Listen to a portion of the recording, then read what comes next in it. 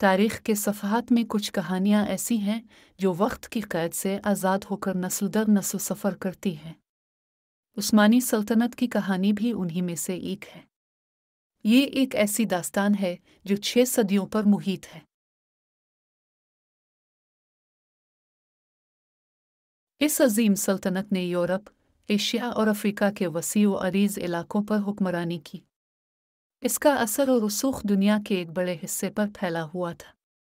ये उरूज व ज़वाल की एक हैरत अंगेज़ दास्तान है जो हमें कई अहम सबक सिखाती है। उस्मानी सल्तनत की बुनियाद 13वीं सदी के अवाखिर में रखी गई। ये एक ऐसे वक्त की बात है जब अनातोलिया में सियासी इंतशार उरूज पर था। इस सल्तनत के बानी एक बहादुर और दूर अंदेश रहनुमा उस्मान गाजी थे। सल्तनत का नाम उन्हीं के नाम पर उस्मानिया रखा गया। उस्मान गाजी अपनी बहादुरी, दीनदारी और इंसाफ पसंदी के लिए मशहूर थे। वो एक ऐसे रहनुमा थे जिन्होंने अपने कबीले को एक मजबूत कुव्वत में तब्दील किया। उन्होंने एक छोटे से इलाके से अपनी हुक्मरानी का आगाज़ किया। ये इलाका शुमाल मगरबी अनातोलिया में वाक़ था।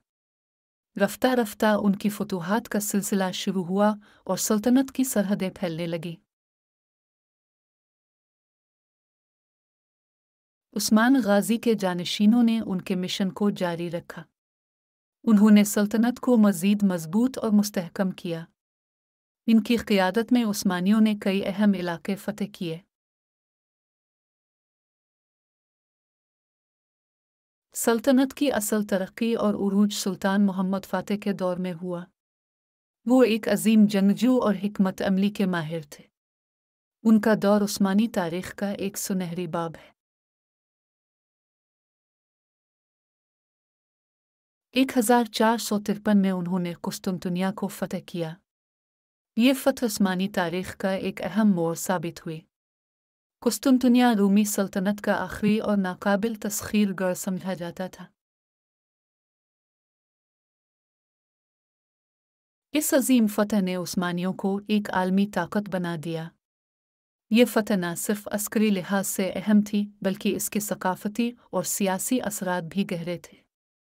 सुल्तान मोहम्मद फ़ातिह इस फ़तह के बाद तारीख़ में अमर हो गए। फ़हन कुस्तुनतुनिया के बाद उस्मानी सल्तनत ने तेज़ी से तरक्की की। इसकी सरहदें हर समत फैलने लगीं। उस्मानी फ़ौज ने यूरोप में बुल्कान के वसी इलाकों को फ़तह किया। मशरिक़ में ईरान की सरहदों तक उनकी फतूहात का सिलसिला जारी रहा। अफ्रीका में मिस्र, अलजायर और लीबिया जैसे अहम इलाके भी उस्मानी कब्ज़े में आ गए। ये अपने दौर की सबसे बड़ी और ताकतवर सल्तनत बन चुकी थी। उस्मानियों के पास एक मुनज़्ज़म और तरबियत याफ्ता फ़ौज थी। ये फ़ौज अपनी बहादुरी और नज़्म व ज़ब्त के लिए मशहूर थी। उन्होंने मज़हब और इंसाफ को अपनी हुकूमत की बुनियाद बनाया।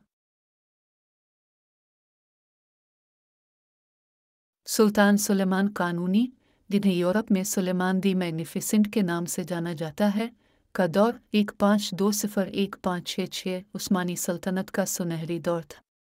सुलेमान के दौर में सल्तनत अपने उरूज पर पहुंची। इनकी हुक्मरानी में अदल व इंसाफ का बोलबाला था। उस्मानी सल्तनत ने न सिर्फ अस्करी मैदान में कामयाबियां हासिल की बल्कि सकाफ़ती और तमीरी मैदान में भी नुमायां किरदार अदा किया। सुल्तान सुलेमान कानूनी के दौर में क़वानीन मुरत्तब किए गए और अदल का निज़ाम कायम हुआ। इल्म व फ़नून को भरपूर फ़रोग़ दिया गया। सल्तनत के मुख्तलिफ़ हिस्सों में शानदार मसाजिद, मदरसे और महल्लात तामीर हुए। ये इमारत आज भी उस्मानी फ़िन तामीर की अज़मत की गवाही देती है। इस्तांबुल की नीली मस्जिद और टॉपकापी महल ख़ास तौर पर काबिल ज़िक्र हैं। ये उस्मानी फ़िन तामीर के शाहकार हैं। उस्मानियों ने इल्म, तिब, साइंस और फ़नून लतीफ़ा में भी नुमायाँ किरदार अदा किया। उन्होंने कई साइंसी इजादात की और इल्म के मुख्तलिफ शुबों में तरक्की की। इनकी लाइब्रेरियाँ और तालीमी इदारे इल्म का मरकज़ थे। ये कामयाबियाँ सल्तनत की अज़मत का मुनबोलता सबूत हैं। हर उरूज को ज़वाल होता है, और उस्मानी सल्तनत भी इस उसूल से मुस्तसन्ना थी। 17वीं सदी से सल्तनत के मसाइल का आगाज़ हुआ। हुक्मरान कमज़ोर होते गए और उनकी गिरफ्त ढीली पड़ने लगी। फ़ौज में बदउनवानी में इजाफ़ा हुआ। ये फ़ौज जो कभी नाकाबिल शिकस्त समझी जाती थी, अब अंदरूनी मसाइल का शिकार थी। यूरोप की सनती तरक्की ने उस्मानियों को पीछे छोड़ दिया।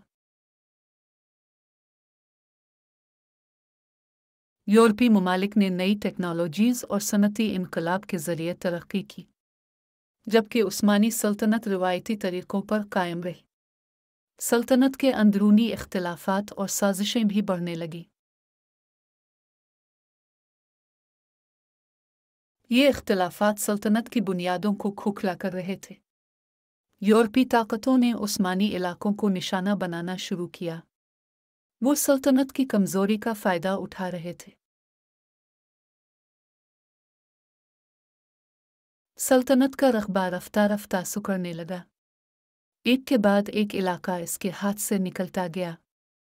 ये ज़वाल का एक तवील और दर्दनाक अमल था। 20वीं सदी के आगाज़ तक उस्मानी सल्तनत अपनी आखिरी सांसें ले रही थी। पहली आलमी जंग ने सल्तनत को मुकम्मल तौर पर तोड़ दिया। ये जंग उस्मानियों के लिए तबाहकुन साबित हुई।